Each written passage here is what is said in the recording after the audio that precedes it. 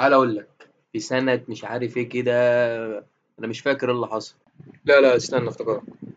بعد ما الدولة العثمانية سقطت والفرنسيين دخلوا ولاية كهرمان مراكش، وقتها كل النساء كانت بتلبس الخمار عادي.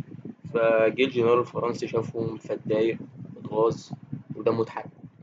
فراح ناحيتهم وقال لهم ايه، خلاص بقى دولتكم بقت تحت الاحتلال الفرنسي يعني. اسمعوا كلام الجنرال اللي هو انا ما علينا. المهم قال لهم اخلعوا الحجاب.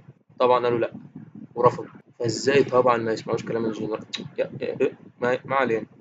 المهم راح يمد ايده على واحدة منهم عشان يسحب الخمار. يا بجحت يا جدعان. طب تقريبا امه كانت عياله في الفترة دي فايه. كان جنبهم راجل تركي ببيع اللبن اسمه، ما علينا من اسمه دلوقتي. المهم غاز دمه اتحرق على نساء المسلمين وعضهم وي وي وي وي. راح رايح بص له كده وراح ساحب منه السلاح وراح